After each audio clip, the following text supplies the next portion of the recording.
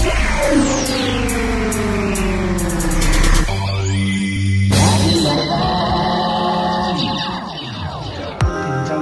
tentang bagaimana penerapan isolasi mandiri COVID-19 sesuai dengan protokol kesehatan ya.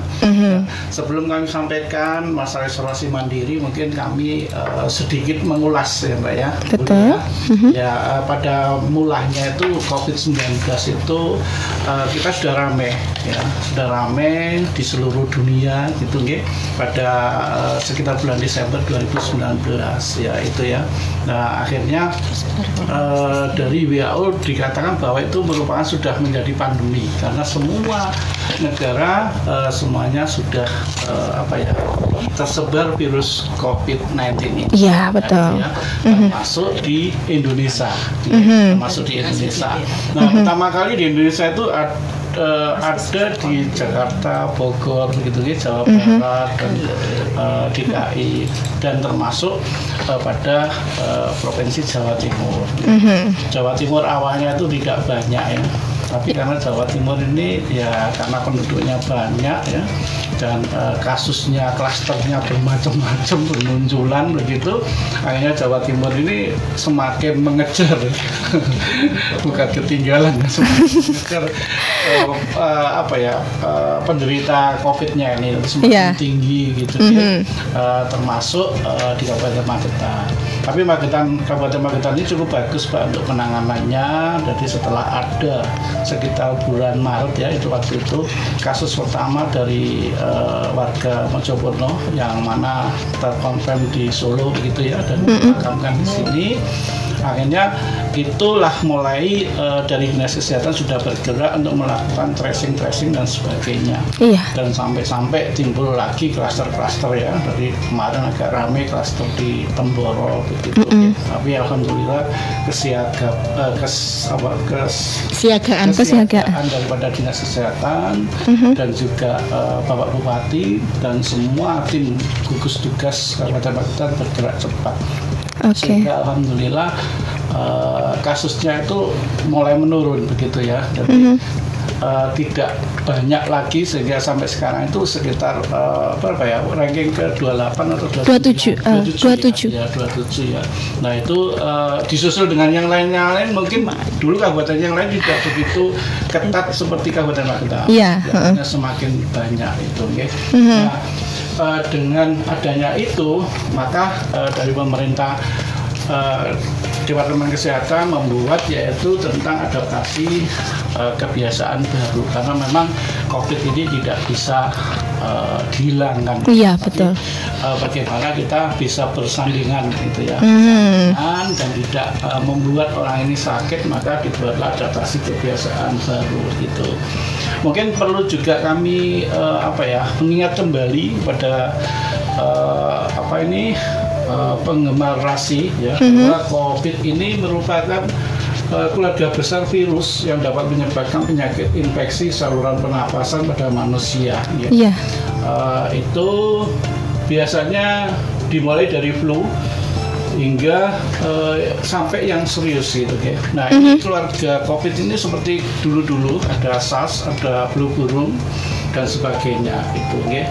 Nah, timbullah strain baru yaitu Corona Disease 2019 ini. Ya. Nah itu maka terjadilah pandemi masalah itu. Kemudian faktor resikonya siapa? Semuanya beresiko, ya. Semuanya beresiko, baik itu bayi, anak kecil, serta orang dewasa, terutama tentang orang dewasa yang punya komorbid, yaitu punya penyakit penyerta, ya itu ya. Kemudian mungkin bayi-bayi yang belum mempunyai kekebalan yang kuat, ya, itu dari mungkin mudah terserang daripada COVID ini. Nah, seseorang yang biasanya yang tinggal atau berkunjung ke daerah yang negara yang rawan dengan virus corona, ini juga punya faktor resiko. Misalkan Mbak Rara ini pergi ke Wuhan ya, pergi ke China gitu, ke Amerika, kemana itu, nah itu untuk beresiko terkena virus COVID-19 ini. Ya. Kemudian mungkin juga kondisi alam ya, karena kondisi yang biasanya musim-musim dingin atau musim hujan itu malah lebih banyak untuk penyebarannya begitu. Oke. Resikonya itu. Kemudian mungkin juga bagaimana sih cara penularan daripada COVID ini? Ya. Itu ada droplet ya. Ya. Jadi droplet itu percikan seseorang ketika batuk atau bicara, apalagi kalau gebres itu lebih banyak nyebarnya lebih cepat. Iya, nyebarnya itu bisa langsung kena atau mungkin nempel di tempat-tempat itu ya.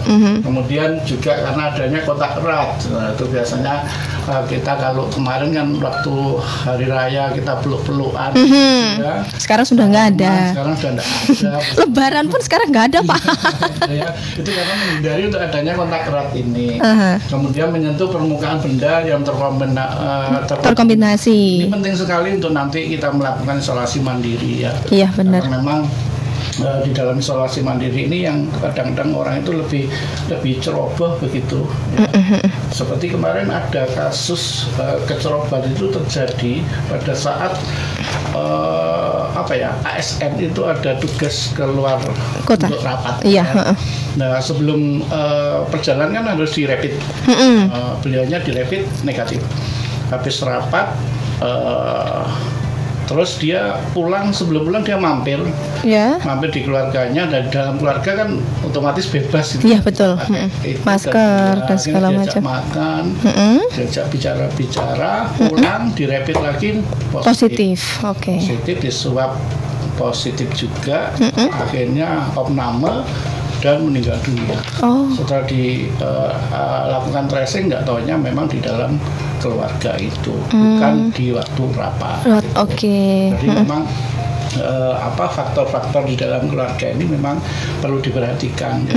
Karena selama ini kan seperti Mbak Rina kan selalu circle gitu ya. Yang di circle itu kan di tempat-tempat kerumunan. Betul sekali. Seperti di pasar, di toko dan sebagainya. Di warung-warung. Beliau ini sudah kayak Wonder Woman aja ya, pakai tameng. Garda terdepan loh Pak. Tapi di dalam rumah tangga ini belum. Padahal itu adalah yang terpenting ya. Kemarin sudah ada program-program desa tangguh, dan seperti kemarin dikatakan oleh Pak Bupati bahwa pada peringatan 345 untuk Kabupaten Magetan ini menjadi kabupaten yang tangguh. Nah, Oke. Harapannya terjadi desa tangguh, RT tangguh dan sebagainya, sampai keluarga tangguh. Ya, harapannya.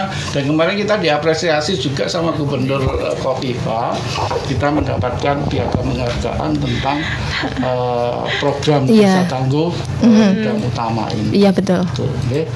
Itu kemudian ada beberapa sih yang sudah dilakukan oleh Bapak Bupati, ada SK Bupati tentang bagaimana wabah penyakit ini ya, kemudian bagaimana tentang pedoman new normal ya, itu sudah dilakukan, tapi ya masih banyak yang melanggar. Gitu, ya. Nah ini kita diberi tugas juga oleh Bapak Bupati melalui Kepala Dinas bahwa kita harus mensosialisasikan tentang isolasi mandiri ke seluruh 235 desa. Nah ini menjadi tugas yang sangat berat. Setengah berat gitu ya. Kemudian kita komunikasikan ke teman-teman sanggup, oke, kita jalan untuk mensosialisasikan isolasi mandiri. Karena memang ini penting sekali begitu, gitu. Karena kalau di dalam rumah tangga tidak ditangguhkan ya nanti menyebar semakin banyak. Dan siapa sih yang paling berperan di dalam rumah tangga? Siapa Mbak? Ibu rumah tangga. Nek bapak kan cuek ya. Betul. Nek metu nggih masker mbuh anu cuek. Lah ini makanya kami akan mengundang terutama ibu-ibu RT, harapannya nanti bisa disebarkan melalui WA dan sebagainya. Benar. Itu tujuan kami itu. Nah kemudian bagaimana isolasi mandiri mungkin bisa dijelaskan oleh Siap, boleh. Beliau sebagai garda terdepan. Nah, kalau tadi Pak Toto sudah menyampaikan saturasi mengenai dari hal yang berkaitan dengan COVID-19, siapa saja yang tertular dan bagaimana saja yang tertular saturasi. Nah, kita untuk kesempatan pagi kali ini ngobrolin masalah hal yang berkaitan dengan isolasi mandiri, yaitu penting apa enggak ya. Nah, di sini isolasi mandiri, mau Mbak Lina apa Mbak Nani yang mau menjelaskan dulu? Kak Lina dulu. Oke. Apa tuh sebenarnya isolasi mandiri dan mengapa penting untuk dijalankan? Monggo. Terima kasih Mbak Rara. Isolasi mandiri ya, seperti yang tadi sudah banyak disinggung sama Pak Toto. Ya.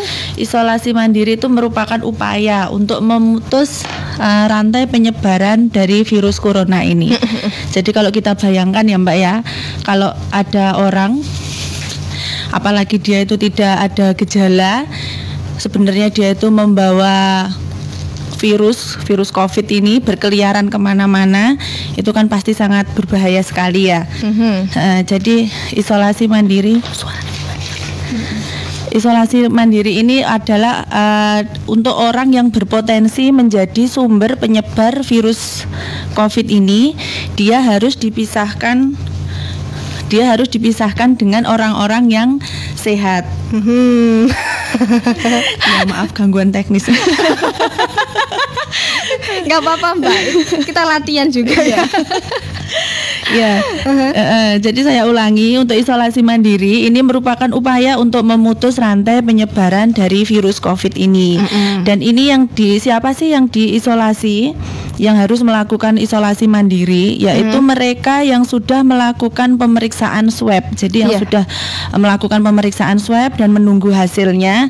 Kemudian setelah itu ditemukan bahwa di dalam tubuhnya itu ada virus corona. Jadi yang setelah dilakukan swab terus dia menunggu hasilnya, itu juga harus melakukan isolasi mandiri.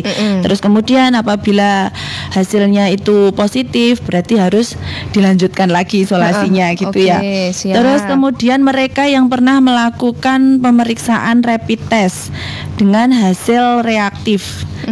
Jadi kalau dia rapid test dengan hasil reaktif, itu kemungkinan ya, walaupun tidak selalu, kemungkinan di dalam tubuhnya itu terdapat virus seperti itu.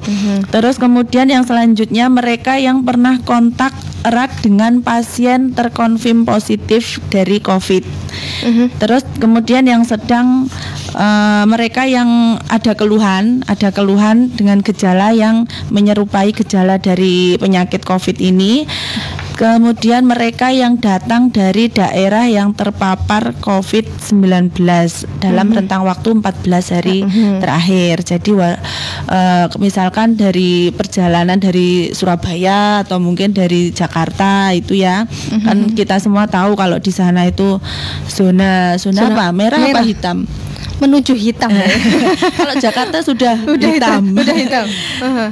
Orange ya. Oh, berarti masih masih aman-aman. Enggak aman. Ya, jadi kalau kita sedang habis melakukan perjalanan dari daerah yang terpapar virus ini, setelah melakukan perjalanan itu kita harus melakukan isolasi mandiri, walaupun kondisi kita mungkin bagus, sehat, kita merasa sehat, tapi tetap harus melakukan isolasi mandiri. Jadi seperti itu. Sudah itu. Oke. Kalau tadi ngomongin masalah hal yang berkaitan isolasi mandiri sudah dijalankan dan mengapa penting, siapa saja tadi juga sudah. Terus apa yang sebenarnya harus dilakukan selama isolasi mandiri itu sendiri? Ya, jadi saat melaksanakan isolasi mandiri itu kita lihat dulu yang melaksanakan isolasi mandiri itu apakah satu rumah itu semua, maksudnya satu keluarga atau hanya beberapa orang. Kan kadang-kadang kan tidak semua anggota keluarga itu terpapar virus ini, maksudnya gitu ya. Jadi ini ada beberapa hal yang harus kita perhatikan jika yang melakukan isolasi itu tidak semua anggota keluarga. Jadi misalkan hanya satu orang gitu. Yang pasti, yang jelas dia harus tetap tinggal di rumah, kecuali kalau untuk mencari pertolongan medis. Jadi setelah isolasi terus ternyata ada keluhan, nah itu baru dia boleh keluar. Kalau misalkan tidak, itu ya dia harus dipastikan dia tetap tinggal di rumah. Terus kemudian kamar tidur, kamar mandi itu harus terpisah dengan anggota keluarga yang lain. Jadi termasuk anggota keluarga yang lain juga tidak boleh masuk ke dalam kamarnya yang isolasi tadi. Terus hindari berbagi peralatan makan. Jadi peralatan makannya sendok, piring itu harus terpisah. Termasuk juga perlengkapan mandi. Jadi kayak handuk. Makanya tadi kan kamar mandinya sudah terpisah. Tapi kan kadang-kadang kalau kamar mandinya sudah terpisah terus gantung handuknya jadi satu gitu enggak boleh ya kayak sama saja. Terus juga memisahkan baju kotor dari si yang isolasi tadi dengan anggota keluarga yang lain, termasuk nyucinya juga harus dicuci sendiri, harus terpisah. Terus jendela kamar juga harus tetap dibuka mulai pagi sampai sore. Jadi memang tidak boleh lembab ya. Jadi tidak boleh lembab. Terus ventilasinya harus cukup. Terus hindari kontak langsung dengan anggota keluarga yang lain. Jadi jangan sampai yang satu isolasi nggak keluar rumah tapi nonton TV bareng, itu nggak boleh. Jadi memang harus benar-benar dibatasi. Kalaupun memang terpaksa ada kontak antara yang isolasi dengan anggota keluarga yang lain, itu tetap harus menggunakan masker. Ya, tetap harus menggunakan masker. Terus juga jaraknya, jaga jarak juga. Terus tidak melakukan kegiatan bersama. Ya seperti nonton TV, masak bareng, makan bareng. Jadi ya harus benar-benar terpisah. Terus selalu memakai masker terutama apabila yang isolasi ini tadi keluar dari kamar. Ya, jadi kalau yang isolasi itu tetap harus pakai masker, dan maskernya itu juga harus rutin diganti, apalagi kalau sudah terasa lembab atau tidak nyaman, kotor, itu sudah harus diganti. Jadi walaupun di dalam rumah dia harus pakai masker kalau yang yang isolasi tadi. Terus kemudian selanjutnya yang isolasi tadi juga diupayakan selalu berjemurnya di pagi hari ya Mbak Rara ya. Jam berapa itu Mbak? Ya sekitar jam 9 sampai jam 10.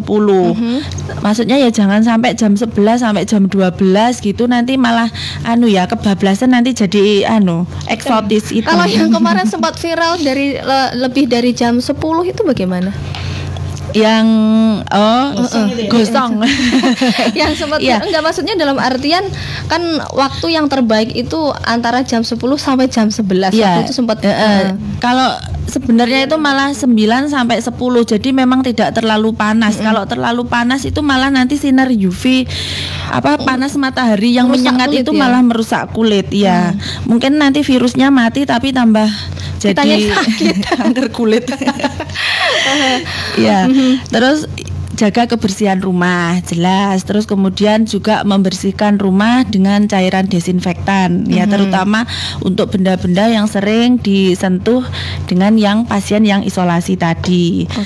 Terus juga yang terpenting selalu ukur suhu tubuh, observasi apabila ada batuk, panas, sesak, itu harus segera menghubungi fasilitas kesehatan. Yaitu kalau yang isolasi hanya satu orang, maksudnya tidak semua anggota keluarga. Jadi memang kalau yang isolasi itu lebih dari, maksudnya seluruh anggota keluarga, kan sekarang sudah banyak ya klaster-klaster keluarga. Jadi satu orang terkonfirm positif, terus akhirnya menulari anggota keluarga yang lain. Jadi akhirnya seluruh anggota keluarga itu harus melakukan isolasi. Ya, nah itu kalau seluruh anggota yang melakukan isolasi itu yang jelas yang pertama itu harus menghubungi dulu paling tidak perangkat desa atau ketua RT-nya ya.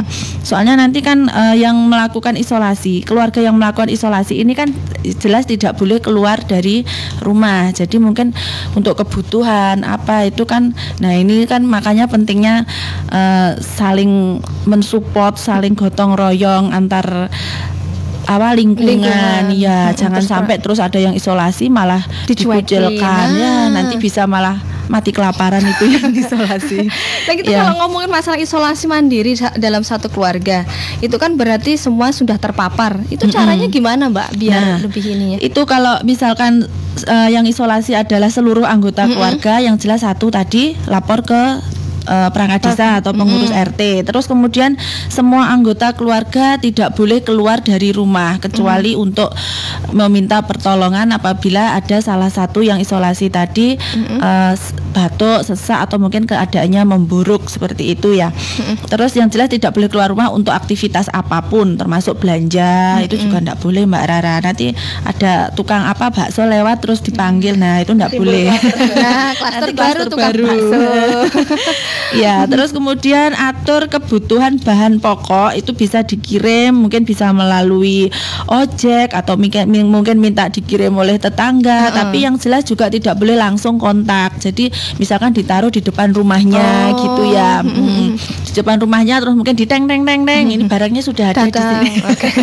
Ya. Paket kayak gitu. Paket ya. Terus kalau misalkan sudah pulang lah baru diambil. Nanti kan kalau tetangganya waktu ngirim terus pakai ngobrol atau apalah nanti enggak sing dirasane piye Terus yang jelas malah kalau keluar rumah juga harus pakai masker. Maksudnya misalkan mengambil barang itu. Terus usahakan ventilasi semua ruangan berjalan dengan baik. Jadi pintu, jendela itu juga harus dibuka secara rutin jadi sinar matahari bisa masuk. Terus kemudian lakukan biar nggak stres ya, ini biar nggak stres. Kadang-kadang kan di dalam rumah terus semuanya. Nah itu biar nggak stres itu ya usahakan bisa melakukan kegiatan-kegiatan yang positif, yang menyenangkan bersama anggota keluarga. Jadi, nah kalau ada kondisinya yang memburuk, salah satu anggota keluarga yang memburuk, yang jelas harus segera menghubungi fasilitas kesehatan. Terus yang jelas lagi juga itu harus tetap semangat. Nanti sudah sampai di rumah keluarga isolasi tidak boleh kemana-mana malah stres. Nah itu juga akan ini ya, memperburuk menurunkan imunnya. Imunnya malah turun. Betul sekali. Seperti itu. Oke, berarti kalau mungkin ya apa yang dibilang dari kenapa nanti kalau saya sendirian pas isolasi kesepian dan lain sebagainya, hubungan antara lingkungan terus rumah sama mungkin perangkat desa, fasilitas kesehatan ya memang harus ada saling bersinergi seperti itu ya. Baiklah, satu lagi mungkin untuk satu pertanyaan sebelum Rara mau jeda dulu. Ini sebenarnya bagaimana sih jika situasi di rumah tidak kondusif bagi seseorang untuk melakukan isolasi mandiri? Monggo Mbak Nani mungkin. Iya, baik, terima kasih Mbak Rara. Jadi kita kembali lagi ya kepada hakikat isolasi mandiri itu apa sih? Sebenarnya isolasi mandiri ini bagi yang mau dan mampu. Nah, artinya apa? Mampu dalam hal fasilitas rumah. Misalnya rumahnya tidak memungkinkan untuk dilakukan isolasi mandiri di situ, apalagi misalnya yang terkonfirm 1 orang, yang 5 orang lainnya baik-baik saja. Ini kan repot juga. Jadi kalau tidak kondusif artinya kamar mandi tidak terpisah, kemudian ruangannya sangat sempit, rumahnya sangat sempit. Ini yang jelas membahayakan untuk warga rumah yang lain kan. Kalau seperti itu di Kabupaten Magetan sudah diberikan oleh pemerintah ada fasilitas khusus untuk karantina khusus. Nah, tepatnya di sebelahnya Bank Jatim ya, Mbak Rara ya di situ. Nah, di situ sudah disediakan bagi OTG. Kalau memang dia ada gejala pasti harusnya dirawat di rumah sakit. Jadi tidak perlu ragu, tidak perlu bingung untuk masyarakat Magetan khususnya. Bila memang tidak kondusif untuk dilakukan atau istilahnya tidak memungkinkan dilakukan isolasi mandiri di rumah, pemerintah daerah Kabupaten Magetan sudah menyediakan tempat yang luas yang memang layak untuk karantina seperti itu. Jadi namanya Faskus ya, fasilitas khusus yang mana kayaknya muat beberapa banyak ya Pak Toto ya, bisa masih bisa seperti itu. Tapi berharap nggak ada lagi. Nggak ada. Kita berharap agar kasus COVID ini semoga cepat berakhir dan zero COVID seperti itu Kak. Alhamdulillah. Kalau ngomong-ngomong masalah sebelum Rara lanjutkan tentang yang lain, kriteria kalau seandainya memang isolasi mandiri di rumah yang bagus itu seperti apa untuk menunjang kesembuhan? Artinya masalah untuk fasilitasnya atau fasilitas semuanya? Personnya. Fasilitas dan personnya juga. Iya. Jadi sudah disebutkan oleh Kak Lina juga Pak Toto tadi bahwasanya ada kriteria-kriteria yang harus ada dalam isolasi mandiri yang dilakukan di rumah. Nah, sudah disebutkan Kak Lina tadi, artinya harus terpisah. Kemudian kamar mandi harus sendiri, dari alat makan harus sendiri, dan paham tentang cara berdesinfektan. Itu kadang-kadang orang menyepelekan ya Kak ya. Jadi pemahaman bagaimana sih bisa menjaga agar tidak ada penularan di dalam rumah itu sendiri, sebenarnya kan begitu. Kalau was-was atau merasa khawatir dan tidak yakin ya mending ke fasilitas khusus saja. Ya seperti itu.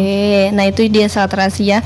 Kalau memang sekiranya buat sahabat Rasi semuanya bisa dikatakan memang tidak mampu untuk bisa melakukan isolasi mandiri, dari pemerintah Magetan, Dinas Kesehatan pun juga sudah mempersiapkan, sudah menyediakan ya Mbak malahan ya fasilitas khusus yang sangat luar biasa untuk kesembuhan sahabat Rasi semuanya. Nah sahabat Rasi, ngobrol kita semakin asik aja untuk kesempatan pagi kali ini, tapi tetap di sini aja dulu di Perdik Nostalgia, ngobrol bareng Dinas Kesehatan. Tapi setelah yang satu ini. Presi 90,6 FM memainkan tempat terbaik di Magetan. Selamat pagi sahabat Res, kembali lagi kita tentunya masih ngobrol bareng Dinas Kesehatan. Pagi kali ini kita sudah ditemani sama Bapak Toto, ada Mbak Nani dan juga Mbak Lina. Nah Mbak, ini ada yang mau Rara tanyakan mengenai hal yang berkaitan dengan virus corona itu sendiri. Banyak orang yang menganggap kalau corona itu sepele, bahkan menganggap sebagian ada yang konspirasi. Di luaran memang benar-benar banyak banget yang ngomong seperti itu. Sebenarnya yang dirasakan sama penderita itu, yang kalau orang yang sudah terkena corona parah itu seperti apa sih Mbak? Yang kalau bisa dijelaskan biar masyarakat itu lebih tahu. Boleh dijelaskan mungkin Mbak Nani? Iya. Semoga di Magetan tidak ada yang berpersepsi buruk ya. Artinya kita menganggap bahwa corona ini memang benar-benar penyakit, tidak ada konspirasi di sini. Jadi Mbak Rara, banyak sekali kasus, tidak usah ngomong masalah masyarakat umum. Dari tim medis saja sudah ada berapa? Banyak sekali, ratusan tenaga medis yang sudah meninggal dunia karena mengalami serangan paru ya Pak ya. Di situ sampai sesak nafas. Itu gara-gara juga kontak dan merawat, mengobati pasien COVID seperti itu. Jadi sepertinya sudah tidak ada lagi kata-kata konspirasi. Kalau memang mau cerdas berpikir, ini benar-benar ada gitu loh. Ada teorinya dan benar-benar para ahli sudah menyebutkan. Nah, kenapa sampai meninggal? Yang jelas kebanyakan memang kasus yang ada di Magetan, kebetulan mereka banyak yang komorbid ya Pak ya. Banyak yang punya penyakit penyerta. Dan juga kadang tertularnya juga itu mungkin pada saat ini ya, kita tidak tahu, ada sekeliling kita mungkin pas lagi berobat juga. Nah ini bagi yang meninggal ya Kak ya. Bagi yang meninggal artinya di sini pasti karena proses sakitnya lebih parah kan. Kemudian yang diserang juga organ-organ vital sehingga memungkinkan serangan itu fatal dan akhirnya meninggal dunia. Kebanyakan seperti itu Pak Toto ya. Mungkin akan disampaikan juga Pak Toto, silakan. Monggo Pak. Ya, memang akhir-akhir kemarin ya, tapi sekarang katanya sudah tidak ada yang seperti itu ya, karena mereka masyarakat sekarang sudah cerdas bahwa apa yang kemarin itu dilakukan itu memang tidak sesuai begitu ya. Ya karena memang ini adalah hal yang baru.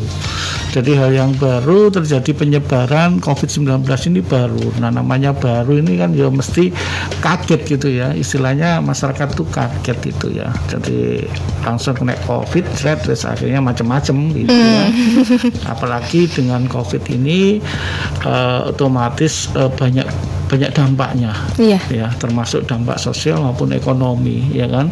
Nah, kalau sudah dampak sosial ekonomi ini biasanya rata-rata ya itu tadi ya, jadi membuat ada orang-orang yang usil-usil begitu ya. Apalagi dengan masa COVID ini kan semuanya kan kita pakai medsos gitu. Iya, benar. Dan semualah, hampir semuanya, hampir 99% semuanya pakai medsos, kecuali orang-orang yang sudah tua-tua itu ya. Nah, itu mudah sekali dimasuki berita-berita yang hoax gitu ya. Jadi contohnya kemarin tuh juga ya kan, yang masalah undang-undang Cipta Kerja itu kan juga dihoax. Jadi seperti itu masyarakat itu yang baru belum itu, apa-apa sudah. Iya, jadi belum tahu ini bagaimana langsung dihoax. Akhirnya timbullah permasalahan seperti itu. Jadi harapan kami, harapan semuanya ya, di Kabupaten Magetan ini tidak terjadi seperti itu. Semuanya paham, kita jelaskan, kita tingkatkan edukasi, baik orang dinkes maupun orang puskesmas, kita tingkatkan edukasinya ke masyarakat supaya positive thinking gitu ya. Kita hadapi kenyataan begitu.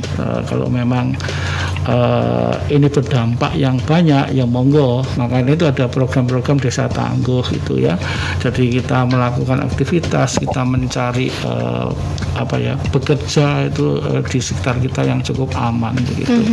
Nah, gejala-gejala memang masyarakat itu kadang-kadang bingung juga ya. Mungkin mereka tidak diberitahu bahwa memang rata-rata itu yang lebih parah untuk tingkat keparahannya itu kalau kena COVID itu ya orang-orang yang punya komorbid itu ya, itu ya. Penyerta itu. Iya, jadi kalau sudah kena seperti itu ya sudah akhirnya memicu penyakit-penyakit ini lebih parah karena kondisi kita kan semakin melemah, terutama di COVID ini kan menyerang di tenggorokan dan paru, di paru-paru kan gitu ya. Jadi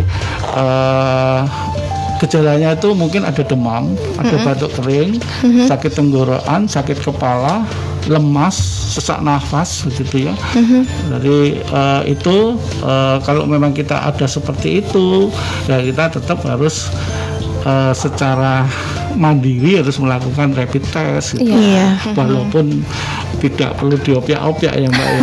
Kesadaran, apalagi sekarang kan gratis juga ya, difasilitasi oleh pemerintah. Jadi kemarin ada yang tanya rapid test swab itu bagaimana. Sekarang kalau di puskesmas, di rumah sakit itu semuanya gratis. Kita nggak pernah ada biaya. Ya. Tahu mereka mandiri misalkan ke swasta ya kita tidak tahu ya. Kemarin biayanya berapa ya kita tidak bisa menyebutkan karena macam-macam begitu. Yang jelas kalau di fasilitas kesehatan pemerintah semuanya gratis. Di puskesmas sudah disediakan. Oke. Syaratnya kalau seandainya kita mau rapid nih ke puskesmas atau ke tempat fasilitas kesehatan, apa yang harus dilakukan? Bawa KTP. Bawa KTP aja. Jadi KTP domisili ya, KTP Magetan.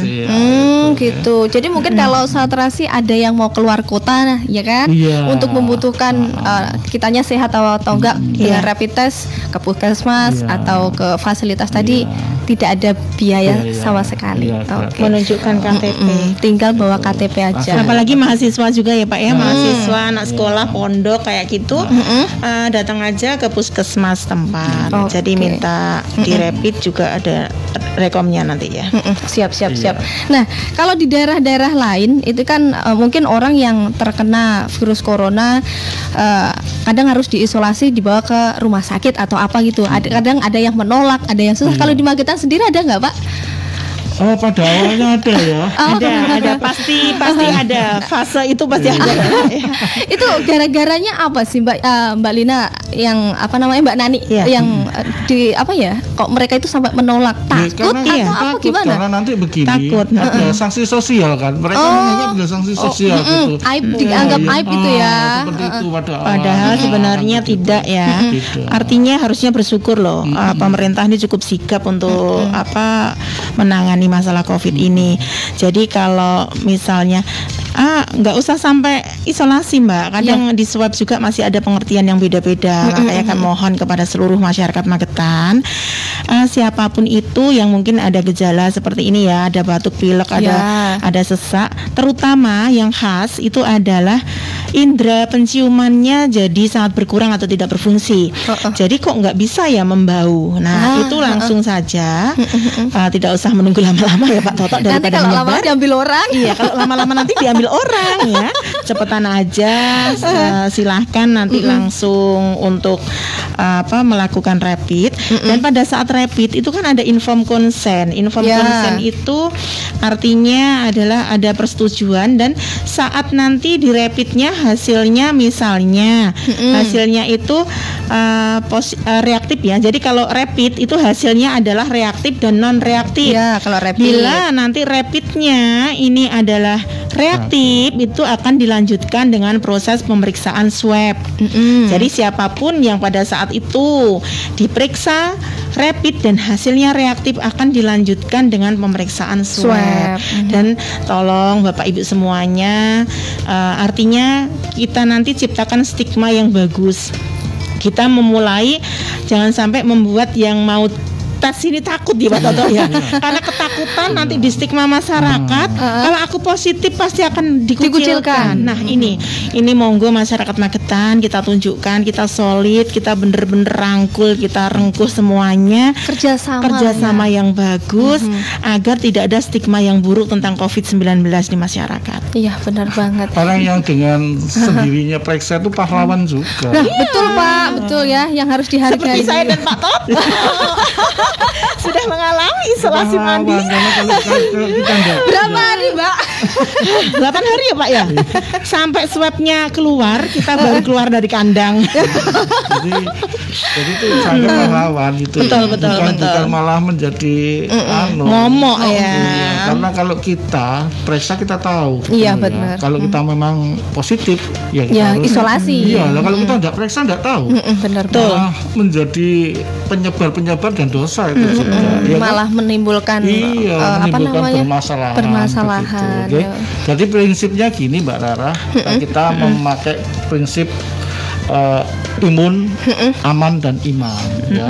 Jadi imun, mari kita jaga imunitas ya, terutama di keluarga atau imunitas kita sendiri ya. Caranya jelas, makan yang bergizi. Ya, kalau bayi walaupun ini masih dilarang untuk melakukan kerumunan seperti posyandu, tapi tetap kita berikan aturan untuk petunjuk protokol kesehatan di posyandu ya. Jadi seperti itu, tidak perlu berlama-lama dan tidak perlu banyak, dan semua memakai APD, memakai masker dan sebagainya. Insya Allah aman. Alhamdulillah bisa aman untuk kegiatan itu, dan terutama untuk bayi harus mendapatkan imunisasi karena memang ini imunitas perlu kan gitu ya. Jadi itu. Tapi yang dapat imunisasi harus dapat imunisasi. Yang seperti Mbak Rara nggak perlu diimunisasi gitu ya. Jadi, disayang-sayang itu Pak. Saya dikasih perhatian lebih aja, imun saya udah kuat. Termasuk imunitas ya. Jadi seperti itu ya. Jadi imunitas perlu ya, makan bergizi, suasana yang aktivitas fisik yang bagus, menyenangkan, membahagiakan, fisik, ya itu harus tetap aktivitas fisik, olahraga. Sepenting senang ini. Betul. Sekarang itu sepenting senang ya. Nek cemberut ya mesti cepet aja gitu ya. Cepet tua ya Pak. Cepet terserang juga. Itu ya, imunitas perlu. Kemudian aman sudah disampaikan oleh Mbak Lina, Mbak Nani gitu ya. Kita harus aman, menjaga aman ya, kita tidak berada di tempat-tempat yang abusif ya. Abusif itu yang tidak nyaman gitu. Karena tadi untuk menurunkan stres kalau kita di tempat abusif tidak nyaman ya. Jadi seperti itu, hindari tempat-tempat yang tidak nyaman begitu ya. Aman. Kemudian yang paling jadi masalah itu amannya itu kita punya 3 ya, S ya. 3 S. Selalu pakai masker, selalu jaga jarak, selalu cuci tangan, atau pakai hand sanitizer. Sekarang kita punya. Alhamdulillah ya, di sini semuanya sudah disiapkan, baik di toko-toko dan sebagainya semuanya disiapkan. Nanti alhamdulillah kerja keras kita semua itu bisa merubah adaptasi kebiasaan benar, Pak. Gitu ya, aman. Tapi ini yang masih jadi masalah. Kemarin muncul hoax tentang pemakaian masker ya. Masker yang katanya yang scuba dan sebagainya ya. Nah, ini kalau kita ya lebih baik mereka tetap aja pakai masker scuba bukan daripada tidak sama kalau sekali. Dia malah dilarang pakai scuba, gak enak malah gak gawe kan lebih repot ya kan. Kan kita juga prinsip pakai masker, jaga jarak dan cuci tangan, ya kan. Jadi pakailah masker apapun itu. Apalagi skubanya mungkin bisa 2-3 lapis. Memang kita syaratkan pakai yang 3 lapis untuk masker kain, ya kan masyarakat. Jangan pakai masker yang untuk bedah, untuk tenaga kesehatan yang biru, yang hijau ya. Kalau itu kan habis berapa kalau sekali doang. Kalau ini kan bisa dicuci begitu.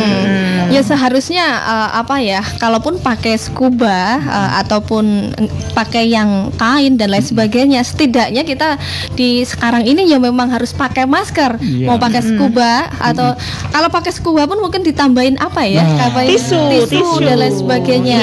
Jadi daripada tidak memakai masker, pakai scuba itu lebih baik, kayak lebih gitu. Iya, betul sekali. Kadang masyarakatnya dilarang, gak usah salah ketimbang aku diseneni Hati-hati, ada operasi justis. Nah, sekarang operasinya itu bukan helm, bukan SIM, bukan masker sekarang juga ya. Denda lo nanti. Yang penting itu apa? Mbak? Pemakaian maskernya itu kudu benar. Jangan di sini ya, Pak ya. Gitu ya. Kalau di dagu kan harus menutupi hidung, mulut dan dagu. Baiklah. Betul. Ini karena waktunya tinggal beberapa menit aja nih, Mbak dan Pak Toto. Mungkin dari Dinas Kesehatan sendiri seperti yang tadi Pak Toto bilang dan Mbak Nani, orang Dinas Kesehatan aja bisa kena. Makanya ya satrasi, orang yang di luar sana harus lebih pintar lagi ya, Mbak ya. Monggo Pak Toto, Mbak Nani dan juga Mbak Lina, apa yang mau disampaikan kepada masyarakat biar lebih paham benar tentang COVID-19? Monggo silakan. Ya, dari saya yang jelas COVID-19 itu ada, itu prinsip. Ada dan nyata.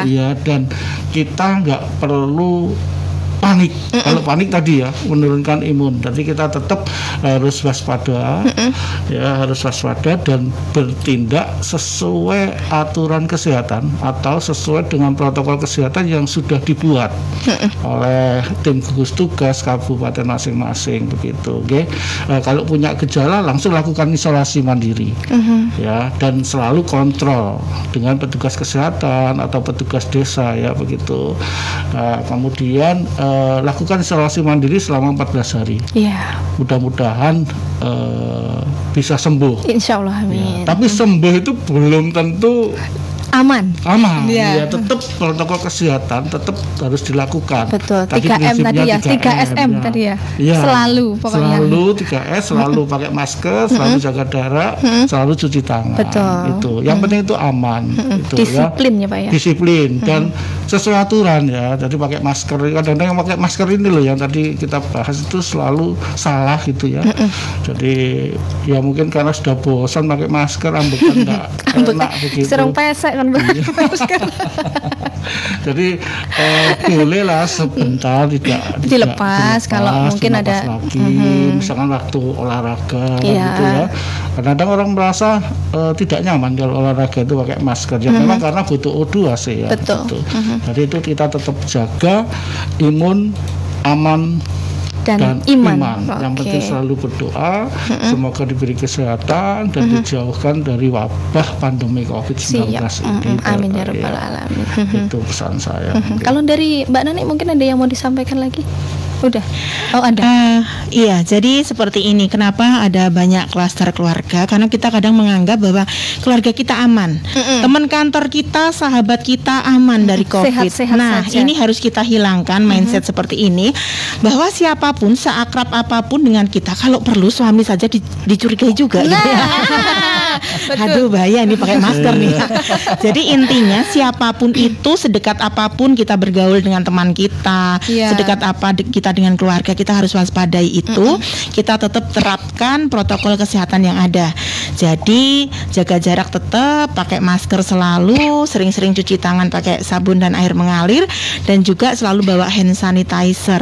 Jadi kita waspadai siapapun yang ada di sekitar kita, ataupun kita sendiri itu bisa membawa virus. Itu hal yang paling penting harus kita pegang. Sedekat apapun dengan keluarga maupun dengan teman, kita harus waspadai bahwa siapapun itu bisa menularkan virus corona. Corona. Jadi itu bukan enak dilakuin loh sebenarnya, tapi kok kesel ya. Sambil mencubit tadi. Mbak, dari Mbak Lina mungkin ada yang mau disampaikan, monggo silakan. Intinya kita semua harus tetap semangat. Tadi sudah banyak disampaikan. Yang terakhir harus tetap semangat. Kita harus yakin bahwa kita semua masyarakat, terutama masyarakat Kabupaten Magetan, pasti bisa melawan yang namanya virus corona ini ya. Tentunya dengan tetap harus 3S. Tetap selalu pakai masker, selalu jaga jarak dan hindari kerumunan, dan selalu cuci tangan. Ya, seperti itu Mbak Rara. Siap, satrasi ya. Pokoknya intinya dari dari Dinas Kesehatan, dari pemerintah sudah mengingatkan kita terus-menerus satrasi untuk tetap menerapkan protokol kesehatan ya, ditambah dengan imun, aman dan juga iman itu tadi. Nah, satrasi, karena kita sudah di penghujung waktu di kesempatan pagi kali ini, terima kasih untuk kebersamaan semuanya. Rara dan juga dari Dinas Kesehatan pamit undur diri. Selamat siang. Wassalamualaikum warahmatullahi wabarakatuh. Waalaikumsalam warahmatullahi wabarakatuh.